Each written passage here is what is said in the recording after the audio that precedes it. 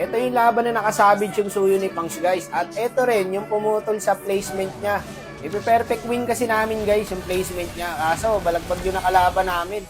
Ang galing ng Arlot dito, guys. Panoorin yung maglaro. Yung Arlot ng kalaban.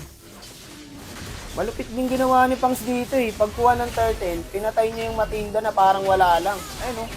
Pero nakaka-trade kasi yung kalaban, boss. Ang galing ng Arlot talaga dito, guys. Patay ang gago. Tapos dito guys, napitas siya, magkaka-third. Ang ginawa ko, ginuho ko pa rin. Kasi nakita ko yung Guinevere eh. Alam ko makaka-follow up siya. Kaso sayang, hindi sumakto. Ayun lang, kanya-kanya na. Ito yung masarap kalabang guys. Mga ganito, papalabang ka talaga eh. Dito, nakasip naman tayo kahit papano. Saka yung tatlong kasama pala namin ni Pangs dito guys. Galing sa viewers. Ang bibilis mag-react ng kalabang guys. Kaka-clear lang sa mid oh. May tatlo na agad dun. Ganda din ang abang namin dito. Kaso threat talaga yung Arlot guys. Grabe tong Arlot na to. Ito yung 300 star eh. Itong Arlot na to. Ang pinupukusan ko nga lang dito guys, yung Arlot. Kasi dito kami talaga nahihirapan.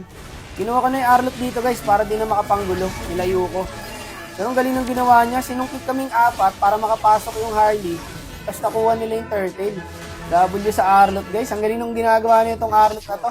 Dito na tiyempo namin yung Arlot. Pang all in na to guys eh. Kasi apat kami dito. Pag set ko, yung pumasok, gusion lang. Hindi sumunod yung game. Hindi ko alam tuloy kung makunat ba yung Arlot o wala kaming damage. Pucha kami pa yung naubos. Sayang, kung nag-all in kami doon, patay yung Arlot din guys. Kami sana yung manggagang doon eh. Ba't ganun tayo naubos? Wala, pambigay na talaga yung guys, yung Arlot na yun. Kasi apat kami doon eh. Yun lang, napitas pa si Pangs. Pero nakabawi din kami agad dyan guys. Ito na yun eh, magkaka-lord. Nahuli namin yung Matilda. Yung kadita dito, wrong timing kasi lumabas yung minion sa mid, kaya nakita siya. Eto, dito na nakasabit si Pangs, guys. Panoorin nyo. Ito kaya, abulin natin.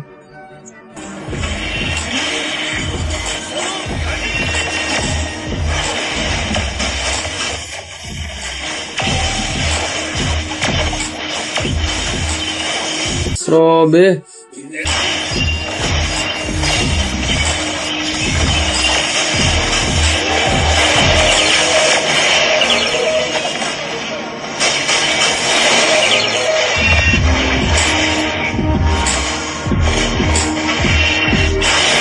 Bago yung Arlot nila, no? May isa pusa. Nagkamali pa nga yung kadita dito, boss, oh. Nakuha niya yung slide. Dire-diretso siya, eh. Nakuha din namin yung Lord. Pero ang problema kasi, guys, lamang kasi sila, eh. Baliwala lang din yung Lord namin, boss. Wala kasi akong flicker, eh. Kung may flicker ako dyan, papasok ako dyan, guys. Nakabang sa akin lahat, eh. Eto, last clash na. Putik, pinahirapan kami ng Arlot, pre. Sayang, oh. Nakuha na namin yung Harley. Tapos magkaka-Lord na 20 seconds. Ingat sa bot, ingat sa bot. Ayan na. Combo na. Buhay pa ako, pre.